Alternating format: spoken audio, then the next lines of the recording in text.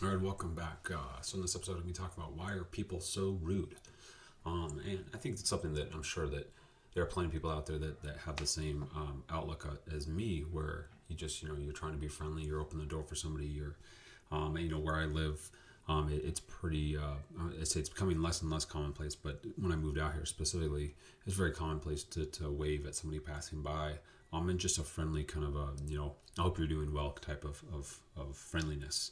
But as it's been growing, as the area's been growing, I've been seeing it more and more diminish. And I say, even on my way to pick my kids up from daycare today, yeah, I was in my neighborhood and again, just waving and people ghosted me. And it's just one of those things where, I understand if it, I've had it to where it was like kind of last minute where I didn't see it and I kind of, I pulled my hand up at the last minute to try to wave back.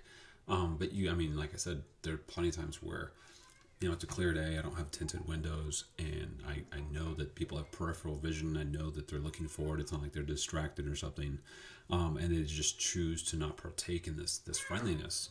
And I think that really actually is one of the reasons why people are rude, is that people have been rude to them, and so there's kind of a misery loves company mentality, and then that's one thing I've observed is that I think that extremely positive and extremely negative behavior is contagious. Sadly, I think negative behavior is more contagious, in that it takes less experiences, less events taking place where people are rude to you, for you to get the sickness, so to speak, for you to become a little jaded, a little less friendly.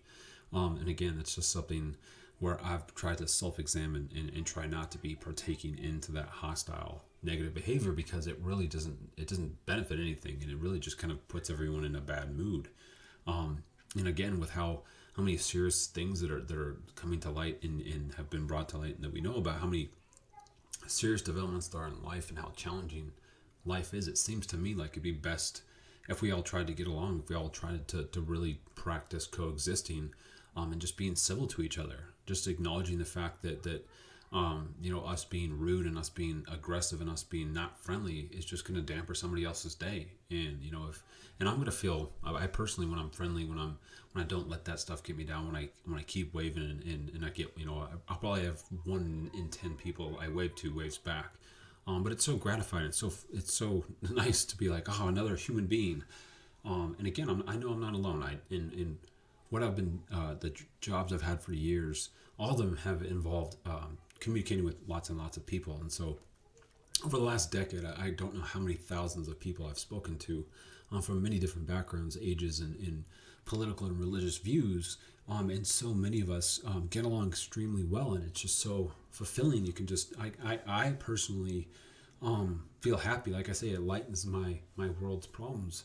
It's not that they go away, but I found another human being that's a human being that cares about each other, that wants to be a compassionate person, and they excuse me, they come along with the same struggles I do. When like there was an incident a few years back. I was going to coffee with one of my sisters, and I opened the door for a lady, so she could go through, and she just walked past and ghosted me. And I don't know if this is a perfect response, but I was like, "You're welcome," and she turned back and was kind of like, "Oh, I'm sorry," and I'm like, "All right, don't worry about it."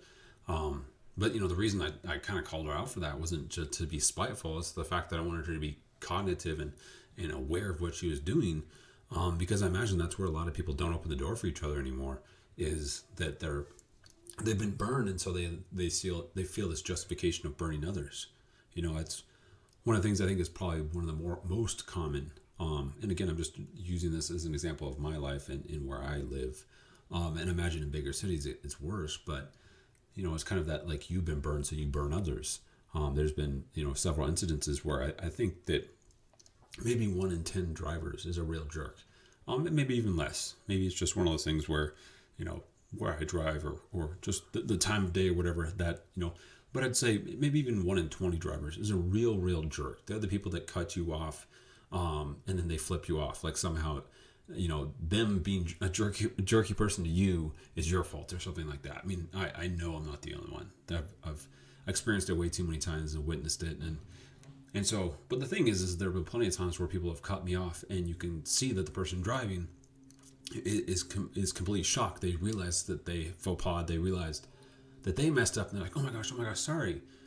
And I think it's just important to make that distinction, to realize that most of the time when people are rude, it's not conscious. It's not something that they're aware of. And I'm not saying, oh, it's okay, we should just allow that and accept that as a correct way to live. But I do think that the times when I've been given reasons to be outraged and I haven't gone losing my mind, I've been like, yo, we all make mistakes. I can just see the appreciation those individuals have. And I think that's going to feed their optimism on how to look the other way when people wrong them. But like I said, I think that's a big reason why people are rude, is that they have people dump on them. And so they have this justified thing of like, well, I get screwed over and no one cares about my feelings. No one cares about them being rude to me. Why should I? Rather than just realizing that, the less we contribute to this negative behavior, the less it will continue, the less momentum it will have. And so, like I said, it's kind of tied into that whole are you the cancer or are you the cure conversation of, I just really think that the cure is going to be an act of love. It's going to be an act of forgiveness and kindness, and not just this bulldozing, throwing fists because someone threw fists at you mentality. And so I don't know, I made some notes because my mind wanders, and so I need things to kind of keep me on track. Otherwise I either repeat myself or I'll start talking about something completely different. Oh yeah, I was talking about that. And then I think a big part of it too is just the fact, this is going to be a short video, but it's just the fact that again, for myself, when I've self-examined myself losing it, just getting super pissed at somebody or whatever, losing my temper, even if I'm given good reason, I find that it's really important for us to self-examine. And again, you see people who are, I would say outlandish, but they're very outspoken. They've got no problem letting you know how much you've disappointed them or whatever. They have no problem letting you have it, and they seem to not be driven down by it. I mean, and I don't want to bring up again, either which way, because it has nothing to do with my political views, because I say I can't separate my emotions from my political views. But for example, I think something that we can all at least, for the most part, be honest about is like somebody who speaks his mind and doesn't really care about how you feel is President Trump. Love him or hate him, I think most people can agree that this is a guy who he's going to call it like he sees it, and he don't care how you feel. Whereas, again, I feel like a lot of times when someone's rude to us, we calls it like we sees it. But for myself, a person like myself, I don't like making people feel bad. I feel remorse when I lose my temper, in spite of the fact that I may have been given any and every reason to lash out. And so that's something that's important, is not to. And that's the thing I self-examined, was it's not about letting the person off the hook. It's not about letting yourself get stepped on. It's the fact of like, how do you handle situations? What makes you feel good? What makes you feel bad? And one of the things that makes me feel bad is when I lash out, when I make people feel bad, even if they've given me reasons to. And so that's the reason why I try not to. Not to say I never do. I certainly do. But I've self-reflected and self-examined, and I tell you what, I am so much more miserable at life. I feel so much more defeated. And I'm very much in a circular train of thought when I lash out, because, like I said, that's not who I am. That's not what feeds my soul. And so when I lash out, I'm constantly trying to justify to myself, you did it because you're given reason. This happened, and this happened, and this happened. And so I'm constantly trying to hold it up. I'm constantly trying to put up, I would say put up walls, but put up some type of weak foundation of why it was okay for me to act that way. And so, but I constantly have to convince myself. It's a battle, it's a struggle. It's something that it's like denying that you have a broken leg, and just saying, no, I can. And again, it's just one of those things where that just makes your broken leg weaker and weaker, and you constantly have to hold it up, to stop walking, and then patch it up a little bit, and then go, and then stop walking, and then patch it up. And so it's not really going to the root of the problem. And so that was one of my favorite quotes from a book. I'm trying to remember. It was called, I can't remember what the book was called. Hopefully it'll come to me sometime. I'm sure it will. Anyhow, but the quote was, it was talking about how some of the most stressful feelings somebody can have is when their behavior and actions are not congruent with their values. So if you are a generally sensitive person, if you're compassionate, if you're caring, if you just want to sing kumbaya, hug people, you want to kill people with kindness, then that's something that you need to embrace, and not think that somehow that you need to respond aggressively and in a hostile manner towards opposition because you don't feel like you're being heard, or you don't feel like, or this is how you're being treated. You're being treated aggressively. You see Trump saying outlandish things. You see Trump saying very aggressive things towards your pain, and you respond in kind. But like I said, I think it's important to self-reflect and figure out how you function and what makes you you. Because if you are a caring person, that's going to hurt you far more than it's going to hurt him. I really don't think he cares how you feel up or down. And so ultimately, like I said, it's kind of the same principles of forgiveness. You don't forgive somebody because they deserve it. You don't forgive them because you're letting them off the hook. And in many ways, you can forgive somebody and still there are consequences to your actions. That doesn't mean that there aren't going to be things that are set in stone of how this relationship works, if it works at all. That's not what forgiveness is. It's about letting your pain go. It's about it not hindering you, not letting the person who transgressed against you away with anything. So again, I think it's really important for us to look at those truths because a lot of times I think those are misrepresented. When I feel like people talk about forgiveness, that they talk about how no one's perfect, which is true. I mean, they're true elements. But like I said, I think ultimately forgiveness is not about the individual you're forgiving. It's about yourself. It's about being free of the pain. And you deserve that. You deserve to be able to be you. It's one of those things where I truly believe in us all being able to be who we are. And sadly, we're not all extremely compassionate, extremely sensitive. That'd be awesome, just because, it really would be that sense of letting those ideological beliefs control the world, where nobody needs guns, nobody needs aggression, nobody needs money, because we're all going to help each other out. That'd be awesome.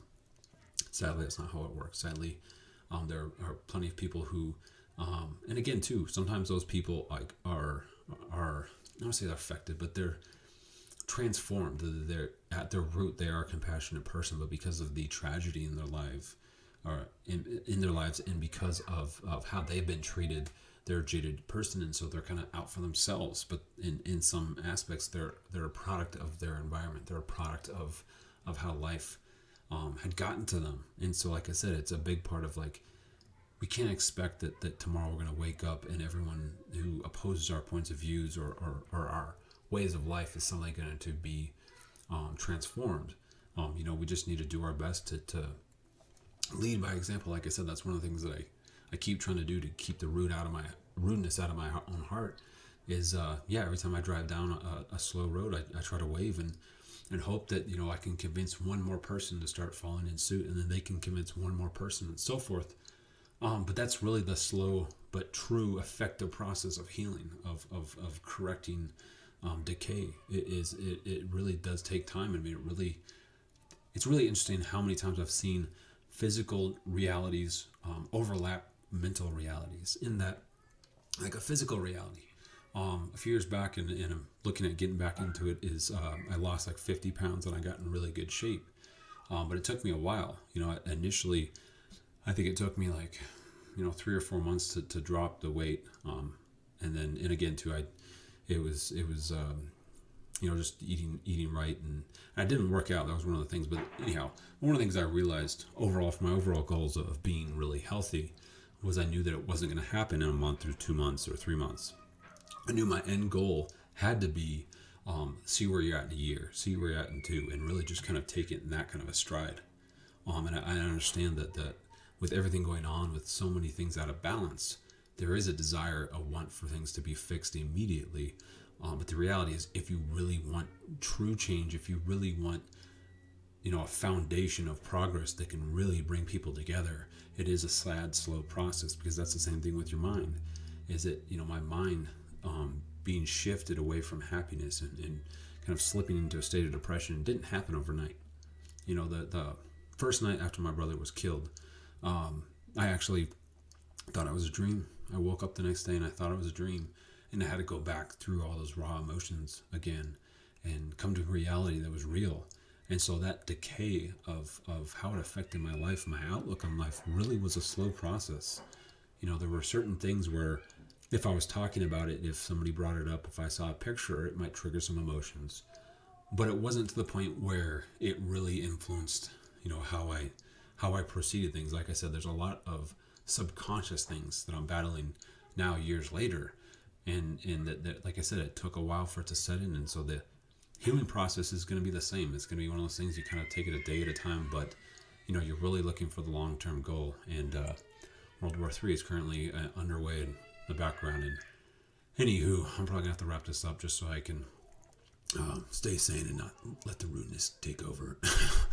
But yeah, so I think it's just important for everyone to self-reflect and like I said, be true to who you are. And like I said, that's not about letting people off the hook and saying that they deserve your compassion. But if you're a compassionate person, I would